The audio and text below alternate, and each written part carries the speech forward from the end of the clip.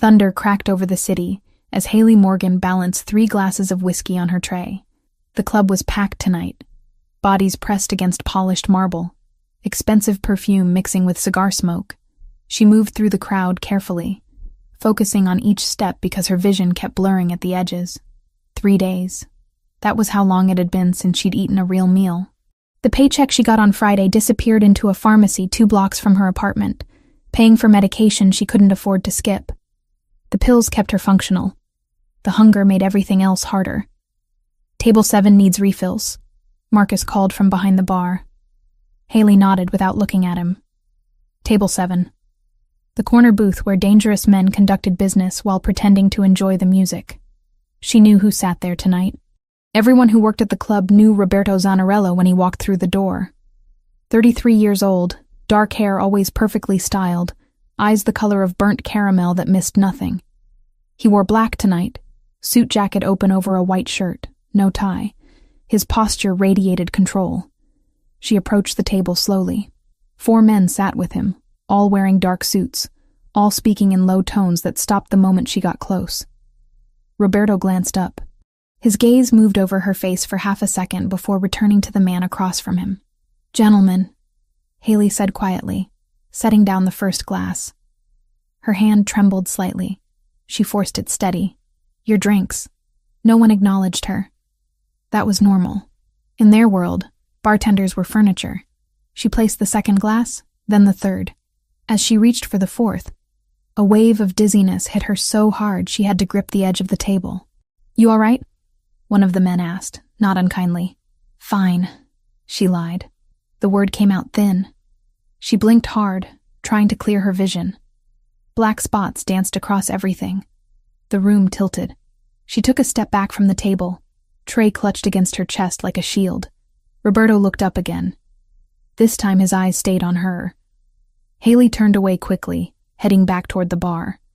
She made it 4 steps before her knees buckled. The tray clattered to the floor. Glass shattered. The sound cut through the music, sharp and final. She fell. Strong hands caught her before she hit the marble. Arms wrapped around her waist, pulling her up against a solid chest. She tried to speak, but nothing came out. Her body felt impossibly heavy, like all the strength had drained out through the soles of her shoes. "I've got you," a voice said near her ear. Deep, calm, authoritative. Roberto. He shifted his grip, one arm under her knees, the other supporting her back. He lifted her as if she weighed nothing. Through the fog in her head, Haley felt him tense. She was too light. She knew that. Everyone who picked her up lately noticed. "Clear the way," Roberto said, not loudly, but every person between him and the stairs moved immediately.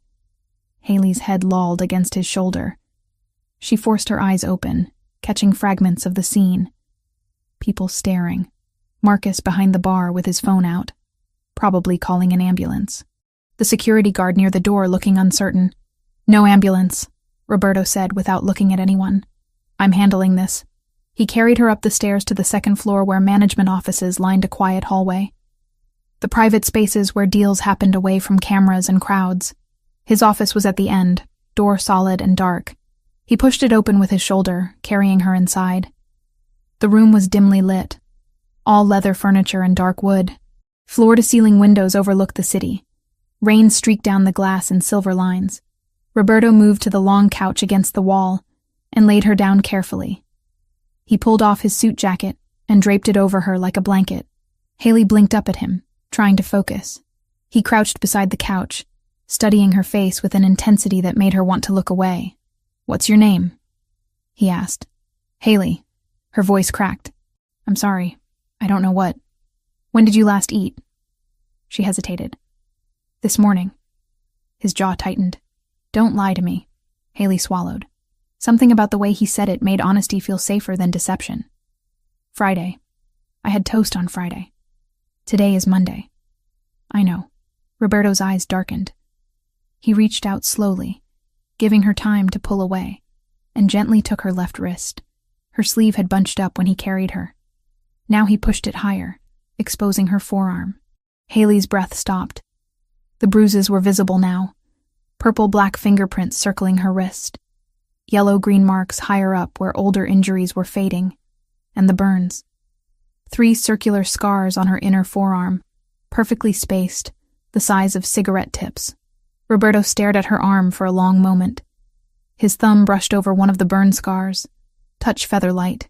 When he looked up at her again, his expression was completely unreadable. "Who did this to you?" It wasn't a question. It was a command. Haley tried to pull her arm back, but his grip tightened just enough to keep her still. Not painful, just firm. "It's nothing," she whispered. "It's fine."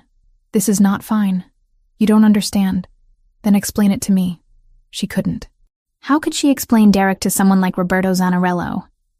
How could she make him understand the slow way violence crept into a relationship, the way fear became normal, the way leaving felt more dangerous than staying? "I need to go back to work," she said instead, trying to sit up. Roberto placed one hand on her shoulder, gently pressing her back down. "You're not going anywhere until I get answers. You can't just—" "I can." His voice dropped lower. "And I am." Haley's throat tightened. She looked away from him, focusing on the windows. The city lights blurred through the rain. She'd lived in New York for 2 years and never felt more trapped than she did right now, lying on a mafia boss's couch with her secrets exposed. "I have a doctor coming," Roberto said, standing. He walked to his desk and picked up his phone, typing something quickly. "He'll check you over." "I don't need a doctor. You collapsed from malnutrition." He didn't look up from his phone. "You need a doctor. I can't afford— I'm paying." Haley pushed herself up on her elbows, despite the dizziness. "I don't want your money." That made him look at her. Really look at her. He set the phone down and crossed his arms, leaning back against the desk. "What do you want? To disappear? To rewind 8 months and never meet Derek? To stop being so tired all the time? To go home?" She said finally, "Where's home?" She didn't answer. Roberto studied her for another long moment, then walked back to the couch. This time he sat on the coffee table directly in front of her, close enough that their knees almost touched. He leaned forward, elbows on his thighs, hands clasped. "I'm going to ask you something," he said quietly, "and I need you to understand that I already know the answer. I just need to hear you say it." Haley's pulse quickened. "Are you safe where you're living?"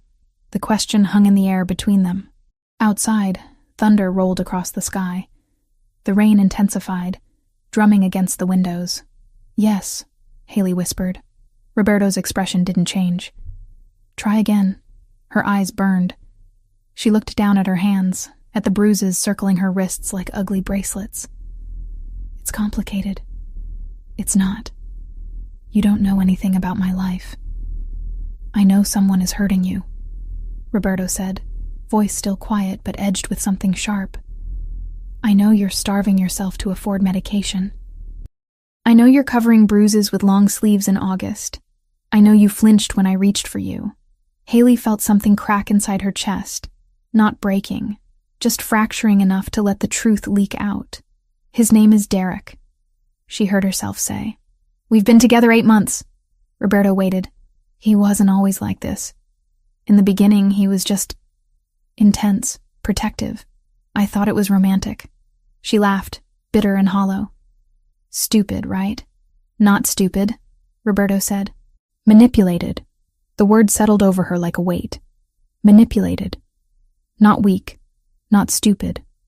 Manipulated. "When did it start?" Roberto asked. 3 months in. Small things first, checking my phone, wanting to know where I was. Then he started getting angry when I talked to other guys. Then he started getting angry about everything. She pulled her sleeves down, covering the evidence. Last month he started using cigarettes. Roberto's hands curled into fists. He didn't move otherwise, but Haley saw the violence coiled beneath his stillness. "You tried to leave," he said. "Twice.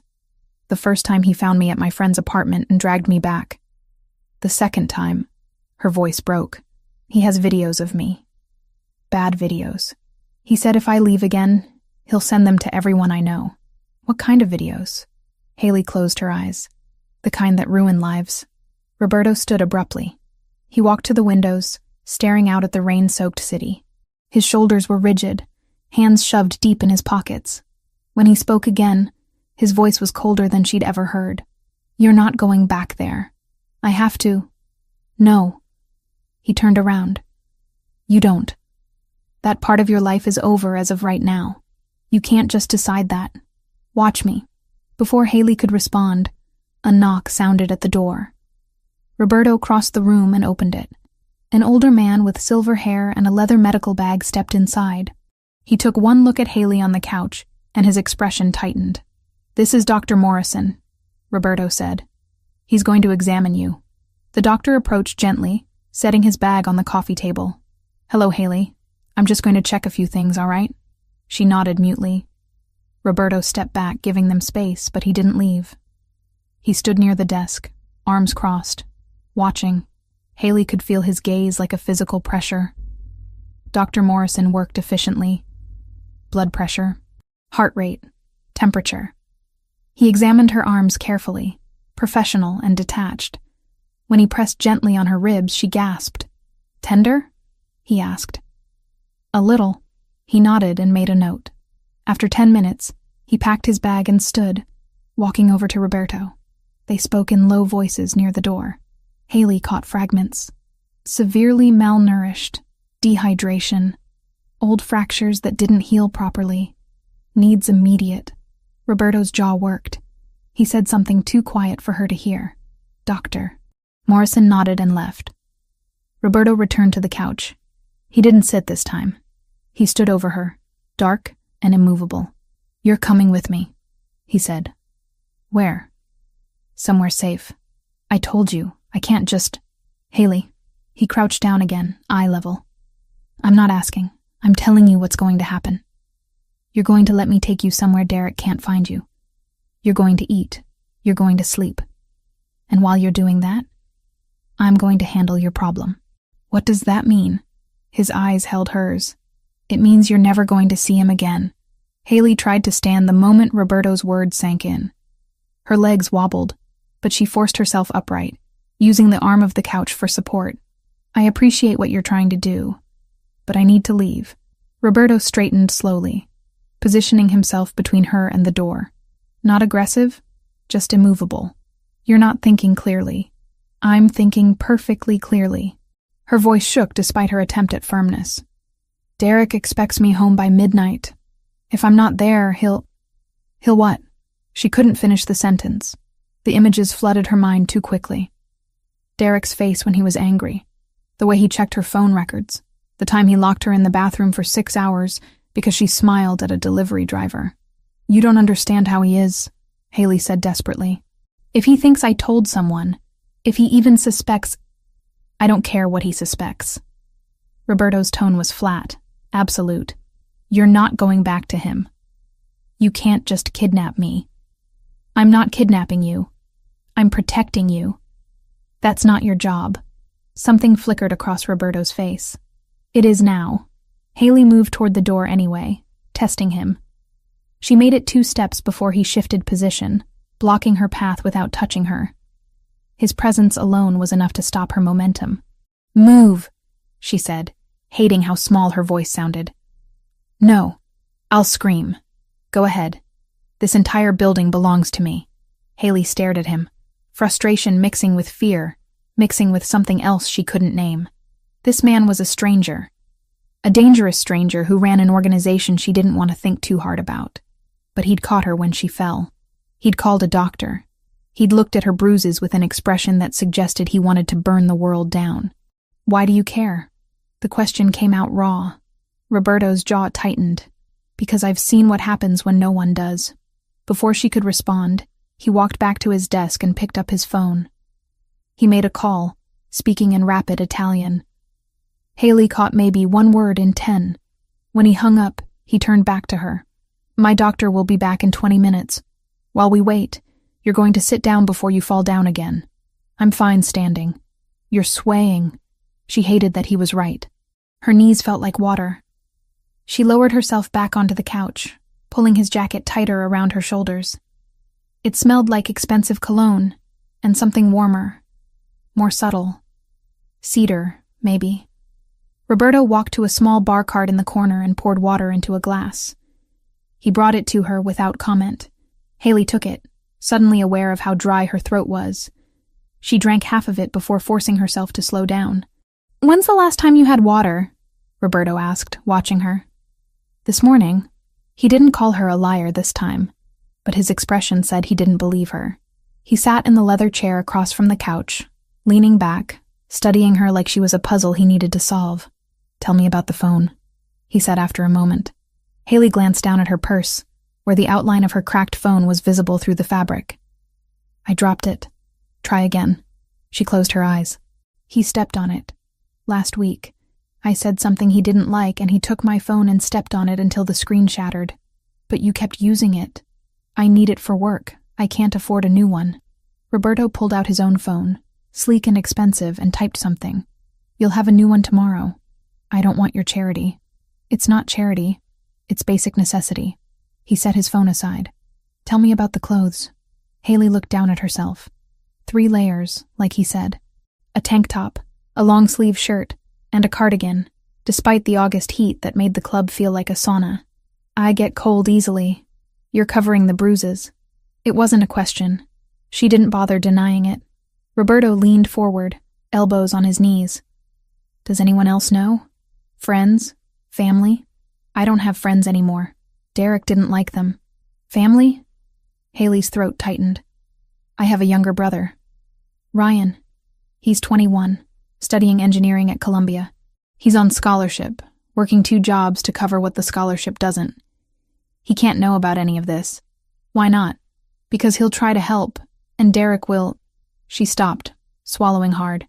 "Derek has videos of me. He said if I tell anyone, if I try to leave, he'll send them to Ryan.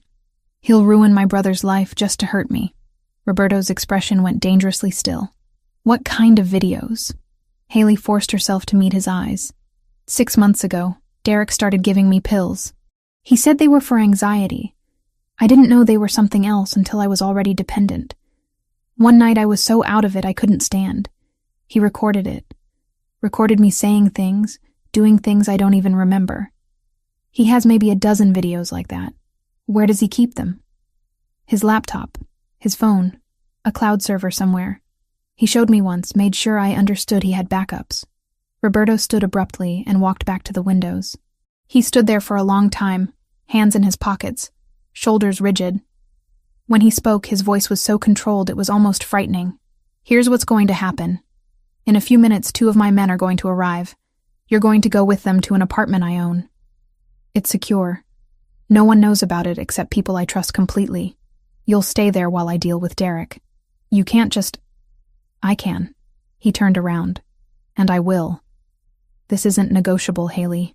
He'll know I'm gone. He'll release the videos. He won't have time." The certainty in his voice made her breath catch. "What are you going to do to him?" "Nothing he doesn't deserve." "That's not an answer." Roberto crossed the room and crouched in front of her again, close enough that she could see the flecks of gold in his dark eyes. "Do you want to know the truth?" She nodded, even though part of her didn't. "I'm going to find him. I'm going to recover every single one of those videos. And I'm going to make absolutely certain he never touches you again. That's all you need to know. And if you can't find all the videos, I will. But if you can't—" "Haley." He reached out slowly and took her hand. His palm was warm, calloused. "I don't fail at things that matter. And this matters." She wanted to argue. Wanted to tell him this was insane, that she couldn't just abandon her entire life because a stranger told her to. But the truth was, her life had stopped being hers months ago. Derek owned every hour of her day, every dollar she earned, every breath she took. Maybe letting go was the only way to survive. "What about my job?" she asked, voice breaking. "You're not going back there either. I'll handle it. My apartment, my things. My men will get whatever you need. You just have to tell them where and what. Derek lives with me. He'll be there." "Good." Roberto's expression was carved from stone. "That'll make it easier." A knock sounded at the door. Roberto stood and opened it. 2 men entered, both broad-shouldered and alert. They looked at Haley with carefully neutral expressions. "This is Luca and Vincent," Roberto said. They're going to take you somewhere safe. Haley stood on shaking legs. I don't know if I can do this. You can. Roberto picked up his jacket from where it had fallen and draped it back over her shoulders. And you will. Because the alternative is going back to him, and that's not happening. She looked up at him. This dangerous man who'd decided to save her for reasons she didn't understand. Why are you doing this? His jaw worked. For a moment she thought he wouldn't answer. Then he said quietly, because someone should have done it for my sister. And no one did. The words hit her like a physical blow. Before she could ask what he meant, he turned to Luca. Take her to the Parkside apartment. Stay with her. No one goes in or out without my approval. Yes, boss. Roberto looked back at Haley. Go with them. I'll check on you tomorrow. What if Derek finds me? He won't. I promise you, Haley. He won't. She wanted to believe him. Desperately wanted to believe that someone could actually protect her. Luca stepped forward, offering his arm like a gentleman. Haley took it, still clutching Roberto's jacket around her shoulders. As they walked toward the door, she looked back. Roberto stood in the center of his office, hands clenched at his sides, watching her leave with an expression that suggested he was already planning violence. And for the first time in 8 months, Haley felt something other than fear. She felt hope. 14 days felt like 14 years. Haley sat on the edge of the bed in the Parkside apartment, staring at the white walls that had become her entire world. The space was modern and sterile, all clean lines and empty surfaces. A prison made of safety. The first 5 nights she hadn't slept at all. She'd sat in the corner of the bedroom with her back against the wall, watching the door, waiting for Derek to kick it open. Every sound in the hallway made her flinch. Every car door slamming outside sent her heart racing. By the 3rd day, Luca had stopped trying to convince her to rest. But Derek never came. Roberto did. Every morning at 9, like clockwork, he arrived with food. The first time, he'd brought soup and bread from an Italian restaurant. Haley had stared at it like it might be poisoned. You need to eat, he'd said, setting the containers on the small kitchen table. I'm not hungry. You're starving. She turned away from him, arms wrapped around herself. Roberto had stood there for a full minute before leaving the food and walking out without another word. The next morning he came back with scrambled eggs and fruit. She didn't touch those either. He left them on the counter and departed. On the 4th day, he brought pancakes. Haley had been standing at the window, looking down at the street below, when the smell hit her. Sweet and buttery, and so achingly normal, it made her chest hurt. They're from a diner 3 blocks over, Roberto had said quietly. The owner is from Sicily. She makes them the way my grandmother used to. Haley had eaten half of one after he left. By the 5th day, she was eating whatever he brought. Now, 2 weeks in, she actually looked forward to his visits, not just for the food, but for the way he filled the silence. He never stayed long, maybe 20 minutes. He'd ask how she slept, if she needed anything, whether Luca or Vincent were treating her well. Simple questions that didn't require her to think too hard. The knock came at exactly 9 o'clock. Haley stood and smoothed down her shirt, one of 3 Roberto had sent over from her apartment. Luca had retrieved her things while Derek was at work. She tried not to think about what would happen when Derek noticed her clothes were gone. She opened the door. Roberto stood in the hallway holding a paper bag and 2 coffee cups. He looked tired, she realized. Dark circles under his eyes, hair not quite as perfectly styled as usual. His white shirt had wrinkles near the collar. Morning, he said. Good morning. He stepped inside and she closed the door behind him. They'd developed a routine. He set the food on the table while she got plates from the cabinet. Today it was croissants and some kind of pastry she didn't recognize. Sfogliatelle, Roberto said, noticing her looking. Ricotta filling. Try it. She sat across from him and pulled one of the pastries toward her.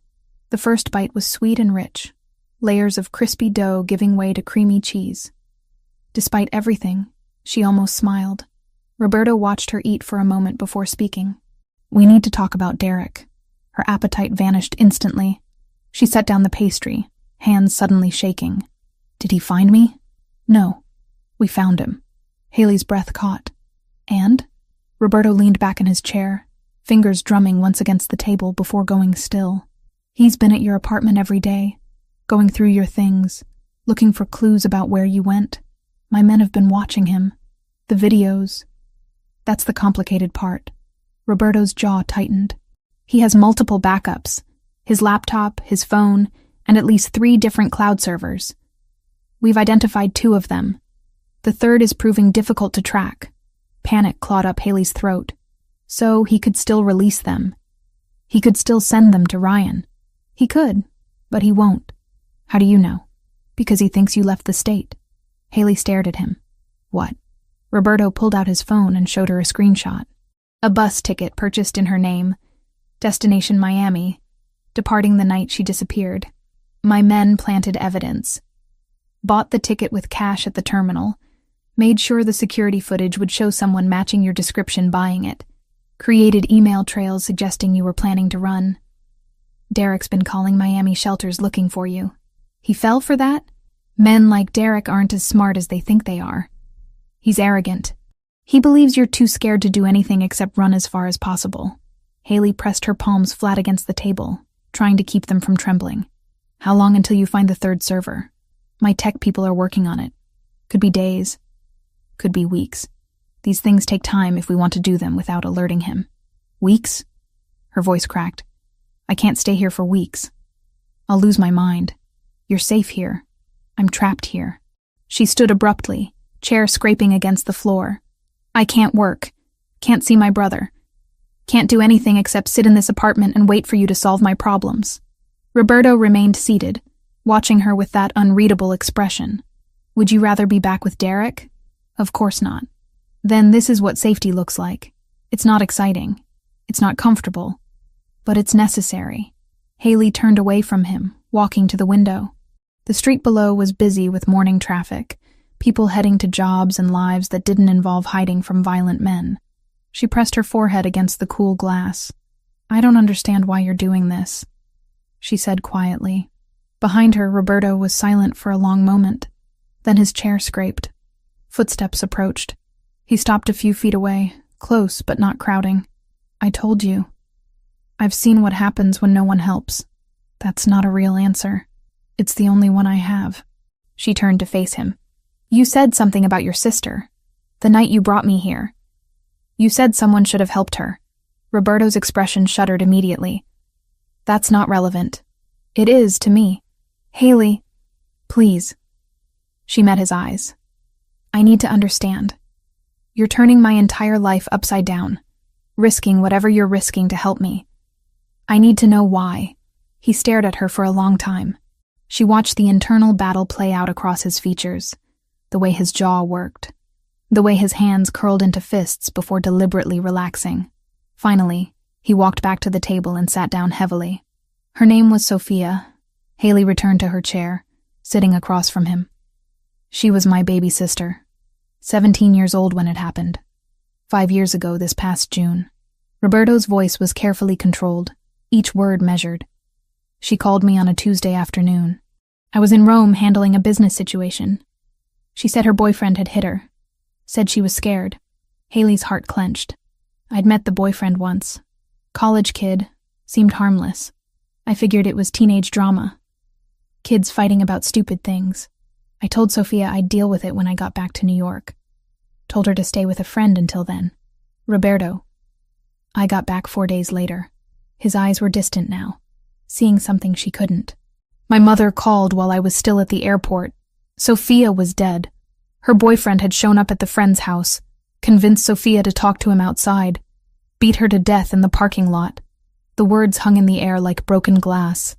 I'm so sorry, Haley whispered. Roberto's hands were flat on the table now, knuckles white. I should have come home immediately. Should have believed her. Should have put her on a plane to Rome if I couldn't come back right away. But I didn't. I thought I had time. It wasn't your fault, wasn't it? His eyes snapped to hers. She called for help and I dismissed her. I let her die because I thought I knew better. Haley reached across the table slowly and placed her hand over his. He went very still, staring at the contact like he'd forgotten what comfort looked like. You didn't kill her, Haley said firmly. He did. The man who hurt her. That's who's responsible. I could have prevented it. Maybe. Or maybe he would have found another way. Men like that always do. She squeezed his hand gently. You can't save her now, but you're trying to save me. That has to count for something. Roberto turned his hand over, palm up, and threaded his fingers through hers. The gesture was tentative, almost fragile, coming from a man who radiated power. After Sophia died, I started funding a shelter, he said quietly, for women trying to leave violent situations. I made sure every woman in my organization knew they could come to me if someone was hurting them. I promised myself I'd never ignore another call for help. That's why you caught me when I fell. That's why I'm not letting you go back to him. Ever. They sat like that for several minutes, hands linked across the table, the morning light streaming through the windows. Haley felt something shift between them.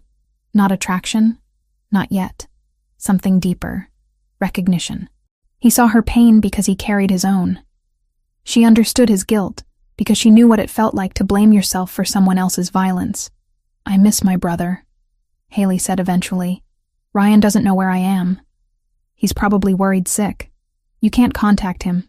Not until we resolve this. I know. But it hurts. Roberto nodded slowly. When this is over, when Derek is handled and the videos are destroyed, I'll make sure your brother knows you're safe. I promise you that. You keep making promises. I keep them too. She believed him. That was the terrifying part. This man, this dangerous stranger who operated outside every law she'd ever known, felt more trustworthy than anyone she'd met in years. What happens now? Haley asked. Now you wait. I know that's not what you want to hear, but it's the truth. My people are working around the clock to find that third server. Once we have it, we move on Derek. And then you're free. The word sounded impossible. Freedom. She'd forgotten what that felt like. Roberto stood, releasing her hand with what seemed like reluctance. I should go. I have meetings this afternoon. Will you come back tomorrow? Do you want me to? Yes. Something in his expression softened. Then I will. He walked to the door, then paused with his hand on the knob. Haley, the nightmares you've been having. Luca mentioned you wake up screaming sometimes. Heat flooded her cheeks. She hadn't realized anyone could hear. I'm sorry. I don't mean to. Don't apologize. I just want you to know that what you're feeling is normal. What he did to you, it doesn't just disappear because you're somewhere safe now. It takes time to heal. How much time? Roberto's smile was sad. I'll let you know when I figure it out. After he left, Haley sat at the table for a long time, staring at the half-eaten pastries. For the first time since this started, she felt like maybe she wasn't alone. Maybe there was someone who understood what it meant to carry the weight of violence you didn't commit but couldn't escape. She picked up her coffee and walked back to the window, watching the city move below her. Somewhere out there, Derek was searching in the wrong direction. Somewhere, Roberto's people were working to free her from digital chains. And somewhere deep inside herself, Haley felt the first tiny spark of belief that this might actually end without her being destroyed.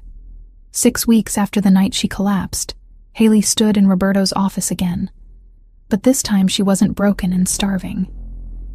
This time she was standing on her own 2 feet, watching him type commands into a laptop she didn't understand. Are you ready?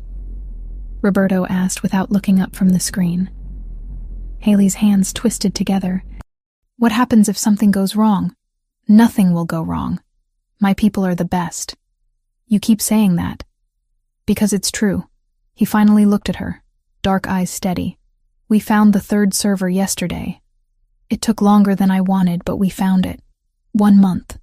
That's how long it had taken his team of hackers to track down every digital copy of the videos Derek had used to control her. Roberto had explained the technical details once. Something about encrypted cloud storage and tracing digital footprints through offshore servers. Haley had stopped listening after the first 5 minutes. All that mattered was the result. Roberto turned the laptop toward her. The screen showed a file directory with dozens of video files, each one marked with a date. Haley's stomach turned, seeing them listed like inventory items. These are from his laptop, Roberto said. We accessed it remotely 3 days ago while he was at work. Watch. He clicked a command. One by one, the files began disappearing.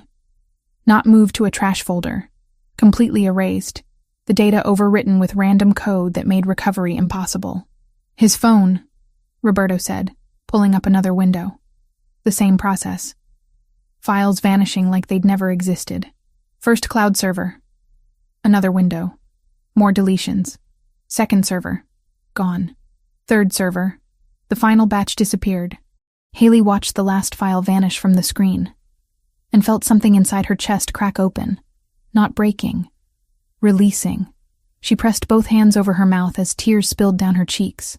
They're gone, Roberto said quietly. Every copy. Every backup. Every fragment. I had 3 different tech specialists verify it. Derek has nothing. The sob that escaped her was part relief, part disbelief. She'd spent 8 months believing those videos would haunt her forever, that Derek would always have power over her.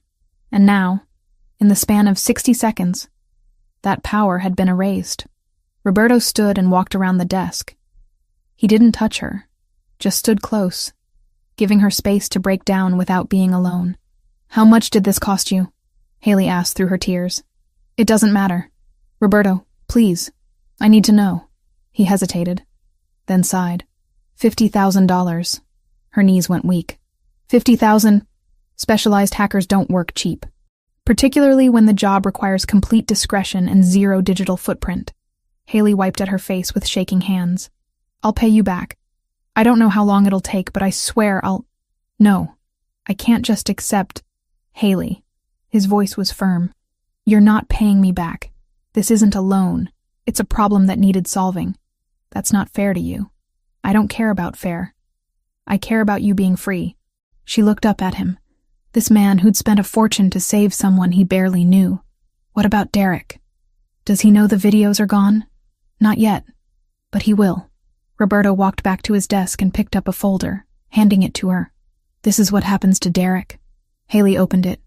Inside were police documents, arrest records, and what looked like a court docket. She scanned the pages, trying to make sense of the legal language. He was arrested 4 days ago, Roberto explained. Possession of controlled substances with intent to distribute. 3 illegal firearms found in his apartment. And it turns out Derek violated parole from a previous conviction I discovered during our research. You planted the drugs, Haley said. It wasn't a question. Roberto's expression didn't change. I didn't say that. You didn't deny it either. Do you want me to deny it? Haley stared at the arrest record. Derek's mugshot showed him looking furious and bewildered. How long will he be in prison? His lawyer is trying to negotiate, but with the parole violation and the quantity of drugs involved, minimum 8 years, likely closer to 12. 12 years. Derek would be in his 40s when he got out. She'd be in her late 30s, living a completely different life. The relief was so intense it made her dizzy. He can't hurt me anymore, she whispered. No, he can't. Haley closed the folder and set it on the desk, hands still trembling. I don't know how to thank you. You don't need to thank me. You need to figure out what comes next. What do you mean? Roberto leaned against the desk, arms crossed. You can't go back to the club. Too many people there know your connection to Derek. And you need real work, something that pays better than making drinks for entitled businessmen. I don't have any other skills. That's not true.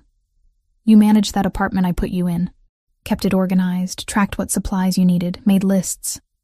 Luca said you were meticulous about everything. That's just basic. It's more than basic. Roberto pulled out his phone and scrolled through something. I own a restaurant. Italian place in Midtown, legitimate business, no connection to anything else I do. They need someone to manage inventory, handle supplier orders, track costs. $4,500 a month plus health insurance. Haley's mouth fell open. That's 3 times what I made at the club. The club was paying you poverty wages. This is what the job actually pays. I don't know anything about restaurant management. You'll learn. My manager will train you. The question is whether you want it. Did she want it? A real job with real pay, doing something other than dodging drunk customers and watching her back? Of course she wanted it. Yes, Haley said. Yes, I want it. Roberto nodded once. You start Monday. I'll have someone show you the systems. 2 weeks later, Haley sat in the back office of Bella Notte, surrounded by spreadsheets and invoices. The restaurant was beautiful, all warm lighting and exposed brick. The kind of place where businessmen took clients and couples celebrated anniversaries. She'd been terrified her first day, convinced she'd mess everything up within hours. Instead, she'd found something unexpected. She was good at this. Managing inventory came naturally to her. She liked the logic of it, the way numbers told stories if you knew how to read them. Within 3 days, she'd reorganized the entire storage system. Within a week, she'd caught 2 errors in supplier invoices that would have cost the restaurant money. Now, staring at the delivery records from the past 18 months, she'd found something much bigger. "Marco," she called to the restaurant manager, a cheerful man in his 50s who'd been patient with all her questions. "Can you look at something?" Marco came over, wiping flour from his hands. "What is it?" Haley pointed to her screen. "Our supplier for olive oil and balsamic vinegar. Look at what we're being charged versus what we're actually receiving." Marco leaned closer, squinting at the numbers. "I don't see the problem. The invoices say we're getting premium imported oil, $18 per liter. But when I checked the bottles in storage yesterday, they're domestic blend, worth maybe $6 per liter. Someone's been substituting cheap product and pocketing the difference." Marco's eyes widened. "For how long?" 18 months. I calculated the total. We've overpaid by nearly $40,000. Madonna. Marco pulled out his phone. "I need to call Roberto." 20 minutes later, Roberto walked through the restaurant's front door. Haley met him in the office, where she'd laid out all her evidence. Spreadsheets, photos of the actual products, invoices highlighted in 3 different colors. Roberto studied everything in silence for several minutes. When he finally looked up, there was something like pride in his expression. "You found this in 2 weeks? I noticed the discrepancy last week, but I wanted to be sure before I said anything. I checked every delivery for the past 1.5 years. The pattern is consistent." "Who's the supplier?" "Vincent Brothers Distribution. They handle our olive oil, vinegars, and some specialty items." Roberto pulled out his phone and made a call, speaking in rapid Italian. Haley caught enough words to understand he was very angry. When he hung up, he turned back to her. "I'll handle this personally. What are you going to do?" "Renegotiate our contract." His tone suggested the negotiation would not be pleasant. "You did excellent work, Haley. This is exactly the kind of attention to detail I need. I just did my job. Most people wouldn't have noticed. They'd have assumed the invoices were correct and never verified the actual product. My brother taught me to always check the math. He said numbers don't lie, people do." Something flickered across Roberto's face at the mention of her brother. "How is Ryan?" "I don't know." The admission hurt. "I still can't contact him. I don't want to risk Derek having any way to track me back to the people I care about. Derek is in prison, but his friends aren't. He knows people who could hurt Ryan if they wanted to send me a message." Roberto was quiet for a moment, then nodded. "You're right to be careful. Give it another month. Once the trial is over and Derek is officially sentenced, we'll make sure Ryan knows you're safe." "Another month," Haley repeated. She'd already been cut off from her brother for 6 weeks. Another month felt impossible. "I know it's hard," Roberto said, "but it's necessary." He left shortly after, taking all her documentation about the supplier fraud with him. Marco returned to the kitchen, shaking his head in amazement. Haley sat at the desk, staring at the now empty spreadsheet. She'd found $40,000 in fraud in 2 weeks. What else could she find if she kept looking? The thought excited her in a way she hadn't expected. For the first time in years, she felt useful. Competent. Like her brain was good for something other than surviving. 3 days later, Marco pulled her aside during the lunch rush. Roberto dealt with Vincent Brothers. And they're no longer our supplier, and they refunded every cent they overcharged us, all $40,000. Haley blinked. How did he manage that? Marco gave her a knowing look. Roberto has persuasive methods. She decided not to ask for details. Some things were better left unknown. That evening, as she was closing up the office, her phone rang. Roberto's name appeared on the screen. She'd gotten used to his calls over the past month. Quick check-ins to make sure she was adjusting to the job. "Hello? How do you feel about being permanently assigned to fraud detection?" Roberto asked without preamble. Haley laughed. Is that a real position? It is now. You have a talent for finding problems. I want to use it. In the restaurant? In all my legitimate businesses. Restaurants, real estate holdings, import companies. You'd review their books, look for discrepancies, make sure no one's stealing from me. You're offering me a promotion after 2 weeks? I'm offering you a job that matches your skills. Different pay scale, too. $6,000 a month. Haley sat down hard in the office chair. $6,000. She'd never made that much money in her life. Why are you doing this? She asked. Because you're good at it. Because I need someone I can trust. And because you deserve a chance to build something better than what you had. She thought about Derek, locked in a cell somewhere. She thought about the videos, erased from existence. She thought about Sophia, the girl who never got a second chance. Okay, Haley said. I'll do it. Good. We'll start next week. After he hung up, Haley sat in the quiet office, surrounded by the smell of garlic and tomato sauce drifting from the kitchen. Her life had been destroyed 6 weeks ago, but somehow, in the wreckage, she was building something new. 10 weeks had passed since the night Roberto caught her falling. Haley sat at her new desk in a small office adjacent to Bella Node, reviewing financial statements for one of Roberto's import companies. The numbers blurred together as exhaustion pulled at her concentration. She'd slept maybe 3 hours last night. The nightmare had been worse than usual, vivid and suffocating. Derek's hands around her throat, the smell of cigarette smoke, her own voice begging him to stop. A sharp sound from the kitchen, metal clattering against tile, made her entire body lock up. Her heart hammered against her ribs. Her breathing went shallow and quick. She knew logically it was just Marco dropping a pan, but her nervous system didn't care about logic. It took 2 full minutes for her pulse to return to normal. This kept happening. Sudden noises. Men standing too close. The smell of a specific brand of aftershave that Derek used to wear. Each trigger sent her spiraling back to that apartment, to those 8 months of carefully managed terror. Roberto had noticed. Of course he had. The man noticed everything. He'd started showing up more frequently over the past few weeks, always with some excuse. Checking on the new fraud detection protocols, reviewing quarterly reports, making sure she had everything she needed. But Haley saw through it. He was checking on her, not the work. She appreciated it more than she could say. That night, Haley returned to her apartment, the real one Roberto had helped her find after she left the Parkside safe house. 1 bedroom, 5th floor, doorman building with actual security. She could afford it now with her new salary.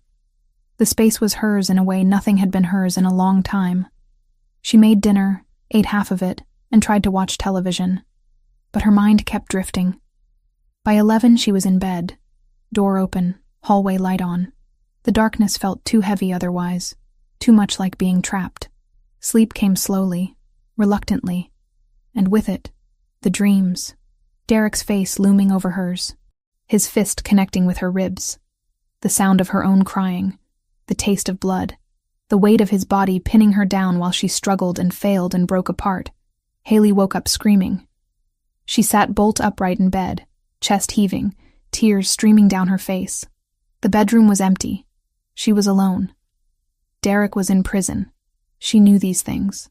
But her body vibrated with terror anyway, convinced the threat was real and immediate. Her phone sat on the nightstand. She grabbed it with shaking hands and pulled up Roberto's contact information. Her thumb hovered over the call button. It was 3 a.m. He'd told her to call if she needed anything, but this felt different. This felt like admitting weakness, like proving she was still broken. Another sob tore through her chest. She pressed call before she could change her mind. Roberto answered on the second ring, voice alert despite the hour. Haley? What's wrong? I'm sorry, she managed through tears. I'm sorry, I shouldn't have called, Where are you? Home. My apartment. I'm fine. I just had a nightmare and I can't. Lock your door. I'm on my way. Roberto, you don't have to. Lock your door, he repeated, and hung up. Haley dragged herself out of bed and went to the front door, checking the deadbolt twice. Then she sat on the couch, wrapped in a blanket, trying to stop shaking. 15 minutes later, a knock sounded. She checked the peephole and saw Roberto standing in the hallway. He wore jeans and a plain black t-shirt, hair slightly messy like he'd just rolled out of bed. She'd never seen him look so casual. She opened the door. Roberto stepped inside, taking in her tear-stained face, the blanket clutched around her shoulders, the way she was still trembling. He closed the door quietly behind him. "Tell me what you need," he said. "I don't know." Her voice broke. "I just didn't want to be alone." He guided her back to the couch, sitting beside her but leaving space between them. "Do you want to talk about it?" She shook her head. "Talking about the nightmare would just make it more real." "Okay, then we won't talk." They sat in silence for several minutes. Gradually, Haley's breathing evened out. The panic receded, leaving exhaustion in its wake. She pulled the blanket tighter, suddenly aware of how ridiculous this was. A grown woman calling a mafia boss in the middle of the night because she'd had a bad dream.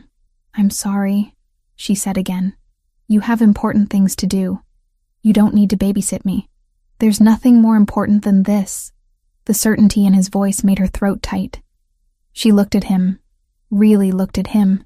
Dark circles shadowed his eyes. His jaw carried the stubble of someone who hadn't bothered shaving. He looked as tired as she felt. "When do you sleep?" she asked. "Not often." "Nightmares?" "Memories." He leaned back against the couch, stretching his legs out. "They're different, but they do the same thing." Haley shifted slightly closer. "Will you stay? Just until I fall asleep? I'll stay as long as you need." She lay down on the couch, head on a pillow, blanket pulled up to her chin. Roberto remained sitting, one arm resting along the back of the couch, watching over her like a guard on duty. "Thank you," Haley whispered. "Sleep, Haley." She closed her eyes. And somehow, with him there, sleep came easier. When she woke in the morning, sunlight streaming through the windows, Roberto was still there. He'd moved to the armchair across from the couch, phone in hand, reading something. He looked up when she stirred. "Morning," he said quietly. "You stayed all night." "I said I would." Haley sat up, pushing hair out of her face. "You must be exhausted." "I'm fine." He stood, pocketing his phone. "I should go. I have a meeting at 9. "Roberto, wait." She stood too, blanket falling away. "Why do you keep doing this, taking care of me?" "I told you why. Because of your sister." "I know, but it feels like more than that." He was quiet for a long moment, studying her face. Then he walked to the window, looking out at the city waking up below them. "Can I show you something?" he asked. "Of course." He pulled out his phone and scrolled through photos before handing it to her. The screen showed a teenage girl with long dark hair and a bright smile, wearing a yellow sundress, laughing at whoever was taking the picture. "That's Sophia," Roberto said. 3 weeks before she died. Haley stared at the photo. The girl looked so alive, so full of light. It was impossible to reconcile that image with what she knew had happened. "She looks happy," Haley said softly. She was, before him. Roberto took the phone back, looking at the photo like it physically hurt. "I keep her room exactly as she left it. Her books on the shelves, her clothes in the closet. My mother thinks it's unhealthy. Maybe it is. But I can't bring myself to change anything." "Where is it?" "The room? My penthouse. Top floor of a building downtown. I bought the entire floor after she died. Needed space that didn't have her ghost in every corner." Haley moved closer to him, standing beside him at the window. "Do you visit her grave?" "First Sunday of every month. I bring her favorite flowers, sunflowers. She said they looked like happiness." His jaw worked. "I also fund a shelter for women trying to leave violent relationships. It's called Sophia's House. We've helped 237 women in 5 years." The number hit Haley hard. 237 women who got the help Sophia never did. "That's incredible," she said. "It's not enough. It'll never be enough. But it's something." He turned to face her. "You're part of that something now. Every time I help someone escape what you escaped, I feel like maybe Sophia's death wasn't completely meaningless. Is that what I am to you? A way to make peace with losing her?" Roberto's expression shifted, becoming more vulnerable than she'd ever seen. "At first, maybe. When I caught you falling and saw those bruises, all I could think about was how I failed Sophia. How I couldn't fail again." He paused. "But it's different now." "How?" "Because you're not just someone who needed saving. You're Haley. You're smart and stubborn, and you make me laugh when I forget how. You found $40,000 in fraud in 2 weeks. You call me at 3 a.m. when you're scared and trust me enough to fall asleep with me in the room. That's not about Sophia anymore. That's about you." Haley's heart was beating too fast. "Roberto, I'm not saying this to make you uncomfortable. I just need you to know that helping you, it's not obligation. It's not guilt. It's because you matter to me." She didn't know what to say, didn't know how to process the weight of his words or the way they made her feel. So instead she asked, "Will you tell me more about her? About Sophia?" Relief flickered across his face, grateful she wasn't running from what he'd just admitted. "What do you want to know?" "Everything." They sat back down on the couch and Roberto talked. About Sophia's love for terrible romantic comedies. About how she wanted to be a teacher. About the time she convinced him to go to a Justin Bieber concert, and he spent 2 hours surrounded by screaming teenagers. About her laugh, her stubbornness, the way she called him Robbie even though he hated it. Haley listened, watching the way his face transformed when he spoke about his sister. The grief was still there, sharp and permanent. But so was love. So much love it filled the room. "She would have liked you," Roberto said eventually. "She always said I needed someone who wouldn't put up with my control issues." Haley smiled. "I don't put up with them? You told me to stop being so bossy within the first week." "You were being bossy." "I know. That's why she would have liked you." They fell into comfortable silence. The morning stretched on. Roberto's phone buzzed several times, but he ignored it. "You're going to be late for your meeting," Haley said. "They'll wait." "That's very boss of you." He almost smiled. "I should go anyway." "But Haley?" "Yeah? Next time you have a nightmare, call me. Don't hesitate. Don't apologize, just call." "Okay." After he left, Haley stood in her apartment, processing everything. The way he'd come without question. The way he'd stayed all night. The way he'd opened up about Sophia like sharing her memory with Haley was natural. And she realized, with terrifying clarity, that her feelings had changed. Somewhere between him catching her when she fell and him sitting guard while she slept, gratitude had transformed into something deeper. Something dangerous. She was falling for Roberto Zanarello. She didn't know if it was healthy. Didn't know if she could trust her own emotions after everything Derek had done to twist her sense of self. But she knew that when Roberto looked at her, she felt seen. When he spoke, she felt heard. When he promised to protect her, she believed him. Maybe that was transference. Maybe it was just her broken heart latching onto the first person who showed her kindness. Or maybe it was real. Haley walked to her bedroom and looked at the unmade bed where she'd woken up screaming hours ago. The nightmares would keep coming. The triggers would keep hitting.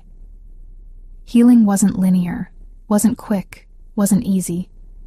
But for the first time since Derek, she felt like maybe she wasn't healing alone.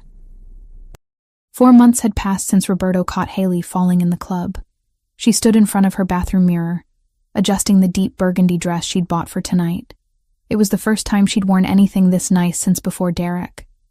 The fabric hugged her body in ways that made her both nervous and proud. Roberto was taking her to dinner. Not to discuss work or check on her recovery. An actual dinner at one of the upscale restaurants his associates frequented. He'd been careful when he asked, making it clear she could say no without consequences. She'd said yes immediately. The past month had shifted things between them. After the night he stayed through her nightmare, he'd started coming by her apartment more frequently. Sometimes with food, sometimes just to sit and talk. They'd fallen into an easy rhythm that felt natural, comfortable. She'd catch herself watching him when he wasn't looking, noticing the way his eyes crinkled when he actually laughed, the way his shoulders relaxed around her in ways they never did anywhere else. A knock at her door made her jump slightly. She grabbed her purse and opened it to find Roberto standing in the hallway, wearing a charcoal suit that probably cost more than her monthly rent. His dark eyes swept over her, lingering on the dress before meeting her gaze. "You look beautiful," he said simply. Heat crept up her neck. "Thank you. You clean up well yourself." The corner of his mouth lifted. "I try." The restaurant was called Palazzo, all marble columns and crystal chandeliers. A hostess led them to a private table near the back where they could see the entire room but maintain some privacy. Roberto held out her chair before sitting across from her. Haley picked up the menu, and her eyes widened at the prices. Appetizers started at $45. "Order whatever you want," Roberto said, not looking at his own menu. "I already know what I'm getting." "The veal?" "How did you know?" "You always order veal when we eat Italian." He looked surprised. "You pay attention. You notice everything about me," seemed fair to return the favor. Something warm flickered in his expression. Before he could respond, a server appeared to take their drink orders. Roberto chose wine she'd never heard of. She asked for the same. As they waited for their food, Haley watched the restaurant fill with well-dressed couples and business groups. Several people glanced their way, recognition dawning when they spotted Roberto. A few nodded respectfully. Most quickly looked away. "Do they know who you are?" Haley asked quietly. "Some do. Others just know I'm someone they shouldn't bother. Must be lonely." Roberto considered that. It can be. But tonight it's not. Their food arrived, and they fell into easy conversation. Haley told him about a discrepancy she'd found in one of his real estate holdings. Someone padding construction invoices. Roberto asked questions that showed he actually cared about her analysis, not just the bottom line. Halfway through dinner, a man approached their table. Tall, late 40s, expensive suit, artificial warmth radiating from his practiced smile. Haley felt Roberto tense immediately.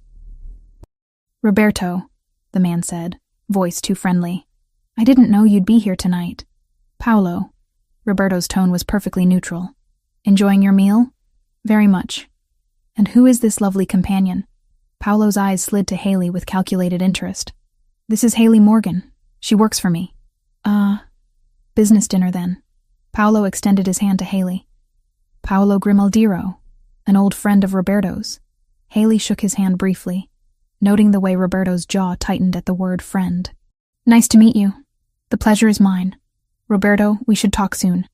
I have some proposals I'd like to discuss. Have your people call mine." Paolo's smile didn't waver, but his eyes hardened slightly. "Of course. Enjoy your evening." After he walked away, Haley leaned forward. "Who was that, really?" Roberto took a sip of wine before answering. "Paolo runs a faction within my organization. We have an arrangement. He controls certain territories. I control others. We cooperate when it benefits us both." "But you don't trust him." "Not even a little. Paolo wants more power than he has. He's ambitious in ways that make him dangerous. Why keep him around? Because removing him would start a war I don't want. Better to keep him close where I can watch him." Roberto set down his glass. "Don't worry about Paolo. He knows better than to cross certain lines." Haley wasn't so sure, but she let it drop. They finished dinner, Roberto insisting on dessert even though she was already full. By the time they left, it was after 10, and the city streets buzzed with nightlife. Roberto's driver pulled up, but Roberto waved him off. "We'll walk. It's only a few blocks." They strolled through the warm September evening, Haley acutely aware of Roberto's hand at the small of her back, guiding her around pedestrians. When they reached her building, she turned to face him. "Thank you for tonight." "I had a really good time." "So did I." He studied her face, hesitating like he wanted to say more. Then he simply added, "Sleep well, Haley." She watched him walk back to where his car waited, something warm and uncertain settling in her chest. 2 nights later, Haley was closing Bella Notte alone. Marco had left early for a family emergency, and the evening staff had already gone. She was in the back office, finishing inventory counts, when she heard the rear delivery door open. Her first thought was that Marco had forgotten something. She stood, walking toward the kitchen. "Marco, did you—" 3 men stood just inside the door. Not employees, not customers. They wore dark clothes, faces hard, posture radiating threat. Haley's blood went cold. Her hand moved instinctively toward her phone in her pocket. "Don't," one of them said, stepping forward. He was broad-shouldered, late 30s, with a scar running through his left eyebrow. "We just want to talk." "The restaurant is closed." Her voice came out steadier than she felt. "You need to leave. We're not here for food." Another man moved to block her exit. "We have questions about your boss, Roberto." They wanted information about Roberto. "I just manage inventory," Haley said carefully. "I don't know anything about Mr. Zanarello's business." The scarred man smiled, but it didn't reach his eyes. "That's not what we heard. We heard you're special to him. That means you see things, hear things. I stock pasta and count wine bottles. That's it. Come on, sweetheart. We know you're smart. You found that supplier fraud. You review financial records. You must see where the money goes." Haley's mind raced. These men knew too much about her work. Someone had been feeding them information. Who sent you? Someone who wants to know about Zanarello's offshore accounts, his federal contacts, the judges he's paying. Little details like that. "I don't know anything about that." The scarred man's expression hardened. He moved closer, crowding her space. "I think you do." Haley stepped back, bumping into a steel prep table. "I'm telling you the truth. I don't have access to that information." "Then maybe we need to persuade you to ask for it." His hand shot out, gripping her upper arm hard enough to hurt. The world tilted. Suddenly, Haley wasn't in the restaurant kitchen. She was back in her old apartment. Derek's fingers digging into her arm, bruising, controlling. His voice in her ear telling her she was worthless. The smell of his cologne, the sound of her own begging. She couldn't breathe, couldn't move. Every muscle locked up as panic flooded her system. "Hey." The scarred man shook her slightly. "You listening?" She wasn't. She was drowning in memory, trapped in a body that wouldn't obey her commands to run or fight or scream. Then the front door of the restaurant burst open. Roberto's voice cut through the kitchen like a blade. "Let her go." And the three men turned. Roberto stood in the doorway with 4 of his own men behind him, all of them radiating lethal intent. His eyes found Haley, took in the hand gripping her arm, the terror on her face. His expression went absolutely murderous. "This is a misunderstanding," the scarred man said, releasing Haley and stepping back with hands raised. "We were just asking questions. In my restaurant, after hours, with your hands on her." Roberto's voice was deadly quiet. "That's not a misunderstanding. That's a declaration." One of the other men shifted nervously. "Paolo just wanted—" "I don't care what Paolo wanted." Roberto moved into the kitchen, his men spreading out behind him. The space suddenly felt too small, too charged. "You tell Paolo that if he ever sends anyone near her again, there won't be negotiation. There won't be discussion. There will be war." The scarred man's jaw tightened. "You'd risk everything over a woman? Try me and find out." The tension stretched like a wire about to snap. Haley could barely process what was happening, still locked in her freeze response, trembling against the prep table. Finally, the scarred man nodded once. "We're leaving." "No trouble. You're leaving and you're delivering my message." "Word for word. Am I clear?" "Crystal." Roberto's men stepped aside, letting the 3 intruders walk out through the back door. The moment they were gone, Roberto crossed to Haley in 3 long strides. "Are you hurt?" His hands hovered near her shoulders, not touching, giving her space. "Did they hurt you?" Haley shook her head, but she couldn't speak. Her throat had closed up. The panic attack was building, pressure in her chest, vision narrowing. "Haley, look at me." Roberto's voice gentled. "You're safe. I'm right here." She tried to focus on his face, but everything was spinning. Her knees buckled. Roberto caught her, pulling her against his chest, one arm around her waist, the other cradling her head. "Get the car!" He snapped at one of his men. Then, softer, directly into her hair. "I've got you. You're okay. Just breathe." But she couldn't breathe. Her lungs wouldn't expand properly. She was hyperventilating, gasping, making horrible choking sounds against his shirt. Roberto lifted her into his arms and carried her through the restaurant to where his SUV was already pulling up outside. He climbed into the back seat with her, never letting go, positioning her across his lap. "Drive," he told Luca. The car pulled away from the curb. Haley buried her face in Roberto's neck, whole body shaking violently. She felt his hand stroking her back in slow, steady circles. "You're safe," he repeated like a mantra. "He can't touch you. Those men can't touch you. I won't let anyone hurt you ever again." Gradually, painfully slowly, her breathing evened out. The panic receded enough for rational thought to return. She became aware that she was clinging to Roberto like a lifeline, that his shirt was probably soaked with her tears, that she'd completely fallen apart in front of his men. "I'm sorry," she whispered. "Don't." His arms tightened around her. "Don't apologize for what they did to you. I froze. I should have run or screamed or something, but I just froze. That's what trauma does, Haley. It's not weakness. It's your body trying to protect you the only way it knows how." She pulled back enough to look at him. His jaw was still tight, with barely contained rage, but his eyes were gentle on her face. Who was Paolo? Someone who just made the biggest mistake of his life. He sent them because of me. Because you care about me. He sent them because he's testing boundaries, seeing how far he can push before I push back. Roberto's thumb brushed away tears from her cheek. But he chose the wrong person to use as a test.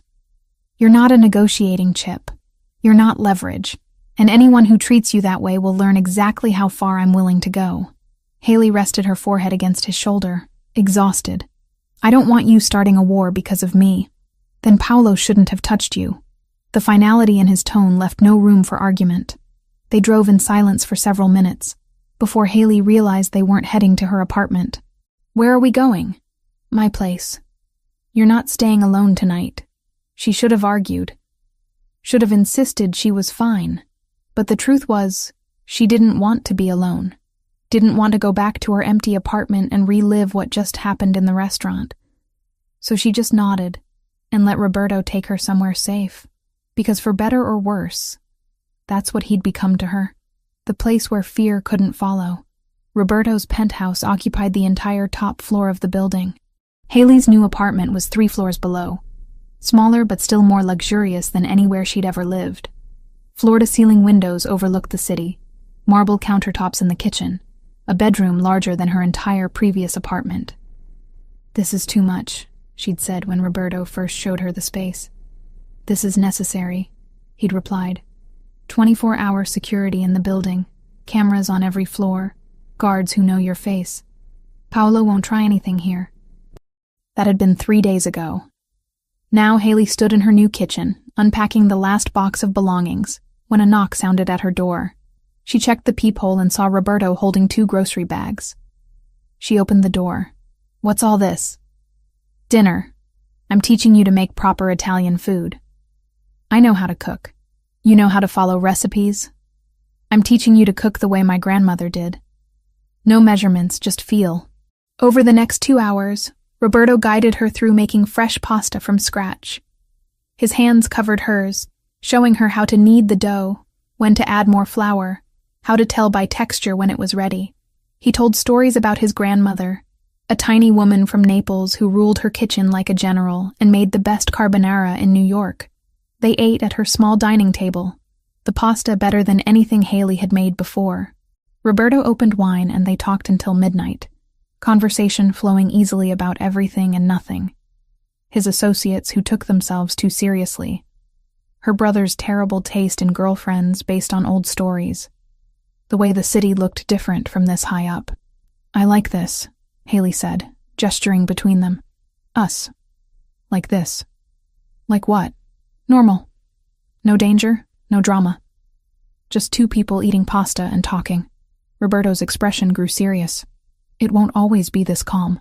My world doesn't allow for much normal. I know, but maybe we can steal moments like this when it is." He reached across the table and took her hand. "I'd like that." The pattern continued over the following week. Roberto would appear at her door after his meetings, sometimes with ingredients, sometimes just wanting company. They cooked together, watched movies, fell asleep on her couch mid-conversation. The proximity of living in the same building made everything easier, more natural. One evening, they made osso buco, the apartment filling with the rich smell of braised veal and wine. They worked side by side, Roberto chopping vegetables while Haley stirred the pot, their movements synchronized like they'd been doing this for years. After dinner, they sat on her couch with the city glittering through the windows. Roberto had shed his suit jacket, sleeves rolled up, looking more relaxed than she'd ever seen him. "Thank you," Haley said quietly, "for everything. The apartment, the safety, the cooking lessons, all of it." Roberto turned to face her, his expression unreadable. "Haley, I need to tell you something." Her heart kicked. "Okay. These past few weeks being here with you, it's the most at peace I've felt in 5 years, maybe longer." He paused, choosing words carefully. "When I'm with you, I'm not the boss or Sophia's brother or the man everyone's afraid of. I'm just Roberto. I like just Roberto. I like who I am when I'm with you."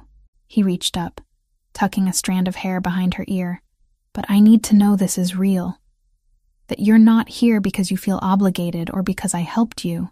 You think I'm confusing gratitude with something else. Are you?" Haley took a breath. "Maybe at first I didn't know what I was feeling. Everything was tangled up with fear and relief and survival. But Roberto, I stopped confusing those things weeks ago. What are you feeling now?" She met his eyes directly. "Like I want you to kiss me and stop asking questions." Something in his expression cracked open. He leaned in slowly, giving her every chance to pull away. When his lips met hers, it was gentle at first, almost tentative. Then her hand came up to his jaw, and the kiss deepened, months of tension finally releasing. He pulled her closer, one hand sliding into her hair, the other at her waist. Years of loneliness seemed to pour out of both of them, desperate and hungry, and achingly real. When they finally broke apart, both breathing hard, Roberto rested his forehead against hers. "Are you sure about this?" he asked. "I've never been more sure of anything." He kissed her again, slower this time, and stood, pulling her up with him. They moved to her bedroom, every touch deliberate and careful. Roberto checked in constantly, making sure she was okay, stopping whenever she tensed, never pushing. When she finally fell asleep in his arms hours later, Haley felt something she hadn't experienced in years, safe and wanted and whole. Morning light woke her. Roberto was already awake, watching her with an expression she couldn't quite name. "Hi," she said softly. "Hi yourself." He brushed his thumb across her cheek. "I should probably tell you that I have absolutely no idea what I'm doing here." "What do you mean?" "I don't do relationships, Haley. I don't let people close. But with you, I can't seem to stop myself." "Do you want to stop?" "No. That's what scares me." She kissed him, slow and sweet. "Then don't stop. Let's just see what happens." 2 weeks later, Haley was reviewing financial records for Roberto's various businesses when something caught her eye. Irregular transfers from one of his import companies, small amounts spread across multiple accounts. The pattern looked deliberately obscured, designed to avoid detection. She dug deeper, cross-referencing invoices and bank statements. The more she looked, the worse it got. Someone was skimming money systematically. Had been for at least 2 years. The total approached $300,000. Then she found something that made her blood run cold. Encrypted emails between someone in Roberto's organization and an unknown contact, discussing shipping routes, delivery schedules, security details, information that could get people killed. She traced the emails back to their source and felt her stomach drop. Michael Grant. For 7 years, he had been Roberto's personal accountant, the man who knew every shell company, every holding, every legitimate restaurant, and every carefully hidden front. The man Roberto trusted with the numbers he didn't let anyone else see. Haley printed everything and went straight to Roberto's penthouse. Haley printed everything and went straight to Roberto's penthouse. He answered the door in sweatpants and a t-shirt, clearly working from home. "Haley, what's wrong? We need to talk. Now." His expression shifted immediately to alert. He led her inside and closed the door. "What happened?" She spread the documents across his dining table. "Your accountant is stealing from you. $300,000 over 2 years, maybe more. But that's not the worst part." Roberto picked up one of the papers, scanning it quickly. His jaw tightened. "He's selling information to the Russians," Haley continued. "Transport routes, security details, everything they'd need to hit your operations. I found emails going back 6 months. Roberto's knuckles went white, gripping the paper. Michael's been with me since I took over the organization. I trusted him completely. I'm sorry. I triple-checked everything. It's definitely him. Roberto pulled out his phone and made a call, speaking rapidly in Italian. When he hung up, his expression was carved from stone. He's being brought here now. I need you to go back to your apartment. Roberto, please, I don't want you here for this. She recognized that tone. Not a request. She gathered her documents and left, but her chest ached watching the betrayal settle over his features. An hour later, Roberto called her. Come back up. She found him pacing his living room, Michael Grant sitting in a chair with 2 of Roberto's men standing behind him. The accountant looked terrified, but defiant. Tell her what you told me, Roberto said, voice dangerously quiet. Michael's eyes darted to Haley. I have insurance. A complete dossier on every illegal thing Roberto's done for the past 10 years. Names, dates, locations, financial records, even things about Sophia. Roberto moved so fast Haley barely saw it. 1 second he was across the room, the next his hand was around Michael's throat, lifting him partially out of the chair. Don't say her name, Roberto growled. Boss, Luca warned from the doorway. Roberto released Michael with visible effort, stepping back. Where's the dossier? Safe location. If anything happens to me, if I don't check in every 72 hours, it goes automatically to the FBI, to the press, everywhere. Michael straightened his shirt. I want $2 million and safe passage out of the country. Then I disappear and the dossier stays buried. You think I'm going to pay you for betraying me? I think you don't have a choice. The room went silent. Haley watched Roberto struggle with rage and calculation, the impossible position Michael had put him in. Pay the traitor or risk losing everything he'd built. Get out of my sight, Roberto finally said. You have 48 hours to provide account numbers. After that, we negotiate terms. Michael left, escorted by the 2 guards. The moment the door closed, Roberto slammed his fist into the wall hard enough to crack the plaster. 7 years, he said, voice raw. 7 years I trusted him with everything. Haley approached carefully, taking his hand and examining the bloody knuckles. We'll figure this out. There's nothing to figure out. He has me backed into a corner. Either I pay him or I go to prison. There has to be another way. There isn't. He pulled his hand away, walking to the windows. This is my world, Haley. Betrayal and blood and impossible choices. This is what you're signing up for if you stay with me. She moved to stand beside him, taking his damaged hand again despite his resistance. Then I guess we start looking for that dossier. 6 months had passed since Roberto caught Haley falling in the club. She sat in her apartment 3 floors below his penthouse, reviewing financial records on her laptop when she noticed something unusual. Small discrepancies in one of Roberto's import companies. Nothing dramatic, just enough to make her pause and look closer. Over the next 3 days, she dug deeper. The pattern emerged slowly but unmistakably. Someone was moving money in careful increments, disguising the transfers as legitimate business expenses. Whoever was doing this knew the system intimately, understood exactly how much they could take without triggering automatic alerts. By the end of the week, Haley had traced nearly $300,000 in fraudulent transfers. But that wasn't what made her blood run cold.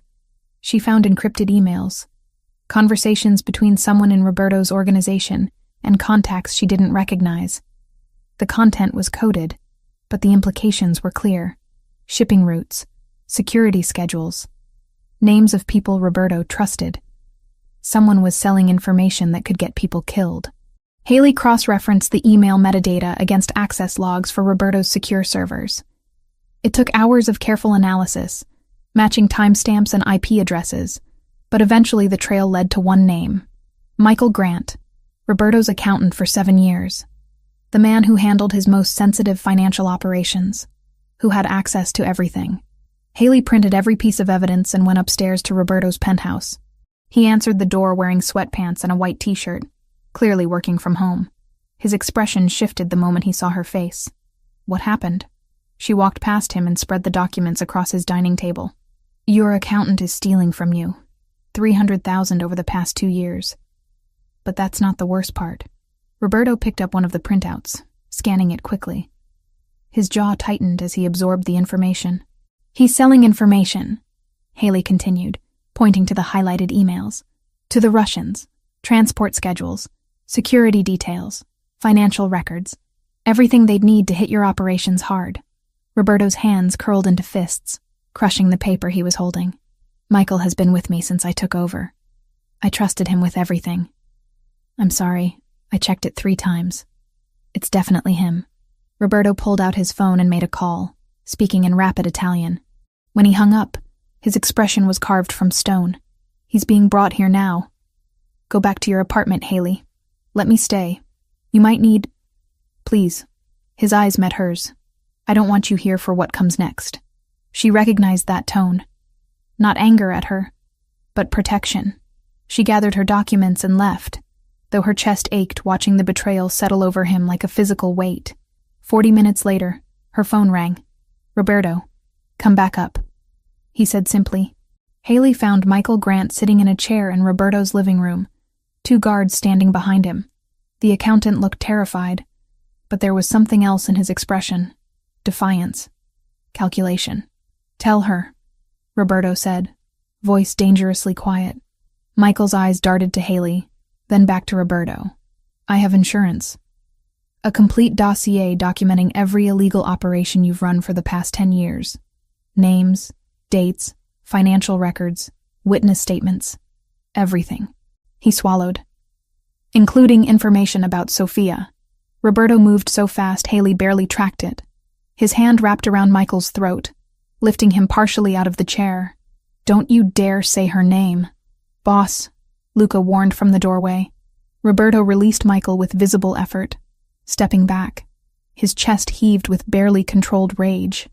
Michael straightened his shirt with shaking hands. If anything happens to me, if I don't check in every 72 hours, the dossier goes automatically to the FBI, to journalists, everywhere. Your empire collapses, and you go to prison for life. Where is it? Roberto's voice was deadly calm now. Safe location. Multiple backups. You'll never find them all. Michael's confidence was returning. I want $2 million and safe passage out of the country. Then the dossier stays buried and I disappear. The room went silent. Haley watched Roberto struggle with the impossible position Michael had created.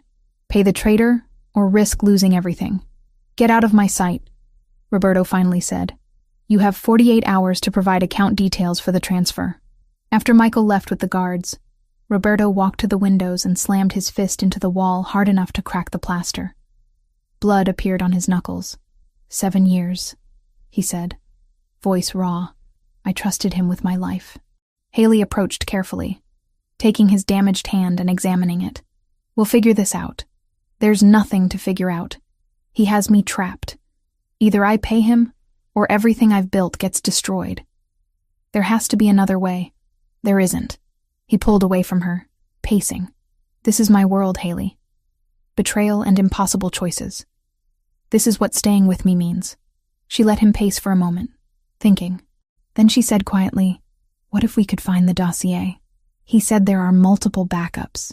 We'd never get them all. Maybe. But I might be able to find where he's storing them. She pulled out her phone, opening the files she'd been studying. Every time he sent those encrypted emails, he logged in from the same location outside the city, Atlantic City, always the same IP block. Roberto stopped pacing. You think that's where he keeps the files? I think he's using someone there. Someone who doesn't know what they're really storing for him. Look at his spending. She pulled up bank records. Regular wire transfers to a woman named Laura Wells, casino dealer. No criminal record. No connection to you. I'd bet anything she has those files in her apartment without knowing what they are. Roberto studied the information, his tactical mind clearly working. If you're right, if we can recover those files before he checks in again, he loses all his leverage. Exactly. You wouldn't have to pay him anything. He looked at her for a long moment. You're getting frighteningly good at thinking like someone in my world. I'm getting good at understanding how to protect what matters to me. That night, Roberto assembled a small team. Luca, a tech specialist named Ryan, and 2 others Haley didn't know well. They would drive to Atlantic City, locate Laura Wells, and recover the dossier. "I'm going with you," Haley said. "Absolutely not. Roberto, this could be a trap. Michael could have people waiting. I'm not putting you in that situation. Then what do you want me to do? Sit here and worry?" He pulled her close, pressing his forehead to hers. "Yes. Stay here where you're safe. Monitor the situation remotely with the tech team. If something goes wrong, you'll know immediately." She hated it, but she understood. Be careful. Always am. 3 hours later, Haley sat in Roberto's office with 2 of his tech people, watching multiple screens showing GPS tracking, audio feeds, and network access. Roberto's team had reached Atlantic City and located Laura Wells's apartment building. "Audio check."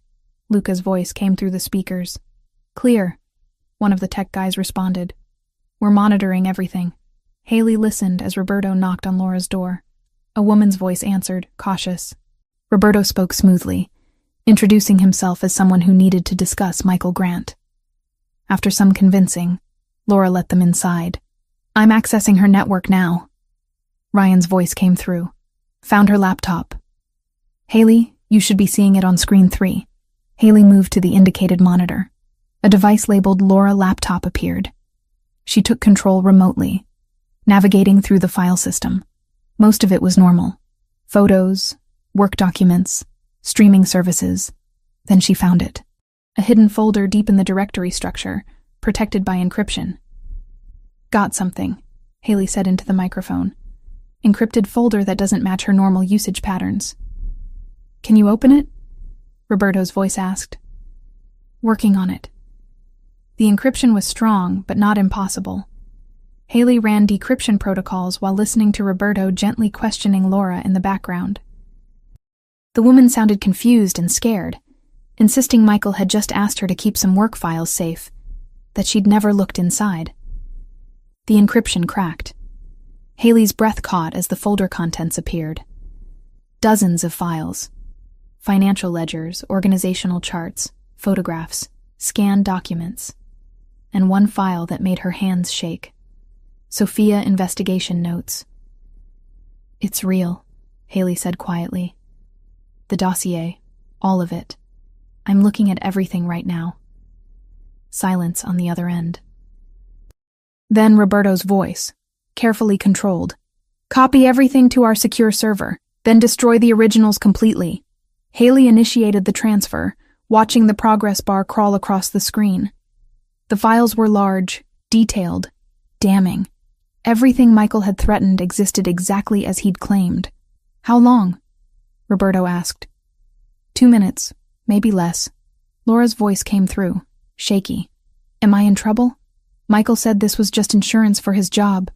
"I didn't know it was anything illegal." "You're not in trouble," Roberto said, his tone gentler than Haley expected. "But you need to forget this folder existed. If Michael contacts you, tell him your laptop crashed, and you had to get everything wiped. Luca will give you money for a tech repair shop and help you with the story." The transfer completed. Haley executed the destruction protocol, overwriting the original files multiple times with random data until they were completely unrecoverable. "Done," she said. "He has nothing now. We have everything." She heard Roberto exhale slowly, a sound of profound relief mixed with rage. The team left Laura's apartment with instructions and enough money to make sure she cooperated. When Roberto returned to the city hours later, he came straight to Haley's apartment. She opened the door, and he pulled her into his arms immediately, holding her so tightly she could barely breathe. "It's over," he said into her hair. "We have the only copies now. He can't touch us. What happens to Michael?" Roberto pulled back to look at her. "He thinks he still has leverage. Tomorrow morning he'll demand his money, and I'll show him exactly what we found in Atlantic City. Then he'll understand how badly he miscalculated. And then he disappears. Not dead," he added, seeing her expression, "but he'll lose everything. His money, his reputation, his connections. He'll spend the rest of his life looking over his shoulder." The next day, Michael arrived at Roberto's penthouse expecting to finalize his payment. Instead, he found Roberto sitting calmly at his dining table with Luca standing nearby. Do you have my account information? Michael asked, trying to sound confident. Roberto slid a folder across the table. I have something better. Open it. Michael opened the folder. His face went white as he saw printouts of his own dossier. Every page stamped with timestamps showing when they'd been copied from Laura Wells's laptop. How did you... You underestimated the woman who found your theft in the first place, Roberto said quietly. She's better at patterns than you ever were at hiding them. Michael's hand shook. I have other copies. Other backups you didn't find. No, you don't. We traced every login, every upload, every access point you used for the past 2 years. The only copies that existed were in Atlantic City with a woman who thought she was helping her boyfriend with work files. Roberto leaned forward. You have nothing now, Michael. No leverage, no protection, no future. You can't just... I can. And I am. Roberto stood. You're going to return every dollar you stole. You're going to sign documents transferring any remaining assets to accounts I specify. And then you're going to leave this city and never return. If you do, if you even think about causing problems, I'll make sure what's left of your life becomes very unpleasant. Michael looked between Roberto and Luca, clearly realizing he had no options left. And if I refuse, then we have a very different conversation. One that doesn't end with you walking out of here. 2 weeks later, life settled into something approaching normal. Derek's trial had wrapped with a guilty verdict and a long prison sentence. Without the videos and without his network intact, his name turned into a headline and then a warning, not a threat hanging over Haley's head anymore. The Russians, having lost their source and been quietly reminded how thin their margin for error really was, pulled back. Michael Grant, relocated under conditions that left him with no access to Roberto's systems and no offshore kingdom to hide in, treated the loss of his secret empire like a permanent scar and a reason to be painfully cooperative. A week after the verdict, Haley stood on the corner across from a crowded coffee shop near Columbia University, fingers twisting the strap of her bag as students streamed past her. For the first time in months, she wasn't watching for Derek's shadow in every dark doorway. She was watching for one familiar face. Haley? She turned, and there he was. Ryan, thinner than she remembered and with deeper shadows under his eyes, but very much alive. For a second, neither of them moved. Then he dropped his backpack and hauled her into a desperate, bone-crushing hug. You were dead, he choked against her shoulder. I thought... You just disappeared. I thought I'm okay, she said, even though they both knew that wasn't entirely true. It's over. Derek's in prison.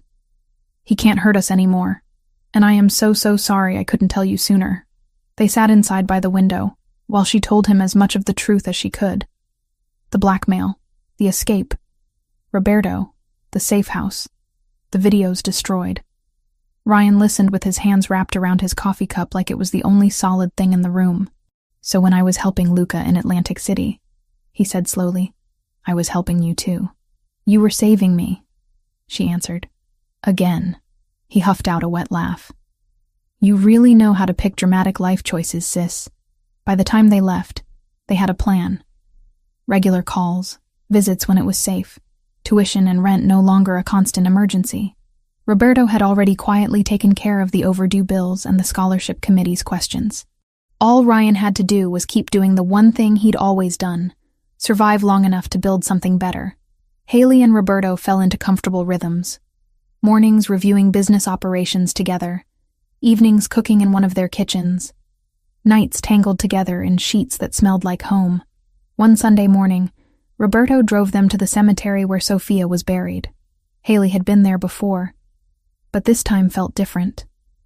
More permanent. She carried sunflowers, Sophia's favorite. They stood in front of the simple headstone together. Haley knelt and arranged the flowers carefully while Roberto stood with his hands in his pockets watching. Hi, Sophia, Haley said softly.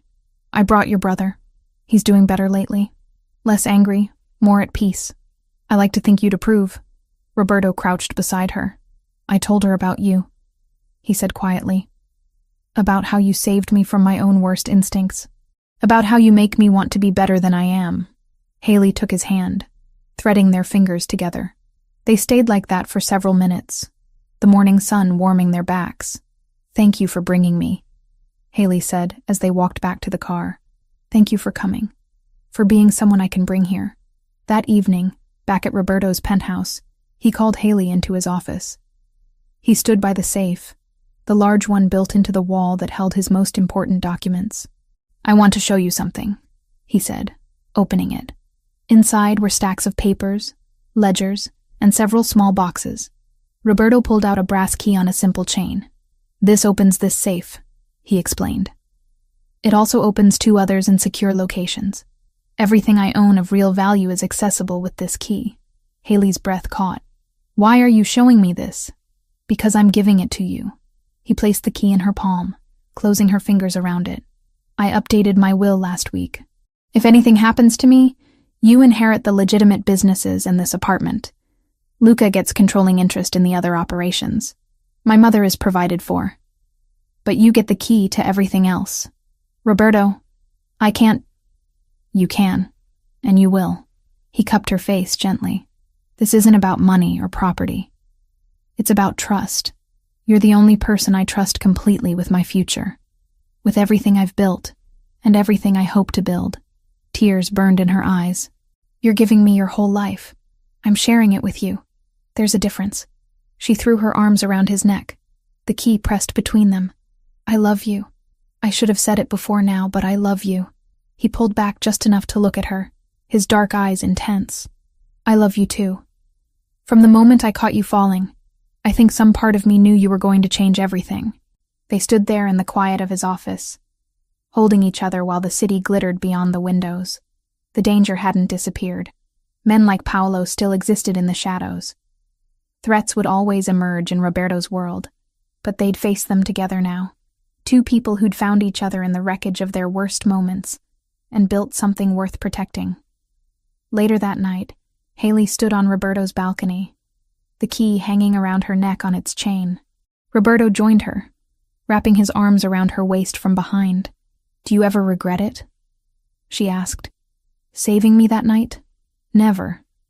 Best decision I ever made, even with all the complications, especially because of them.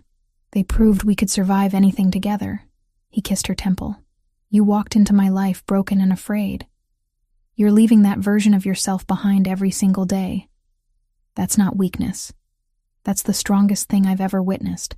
Haley turned in his arms, looking up at him. The man who'd caught her when she fell, who'd destroyed her demons, who'd given her not just safety, but a future worth living. "Then let's keep walking," she said. "Together. Wherever it leads." He kissed her, deep and certain, a promise sealed in the space between heartbeats.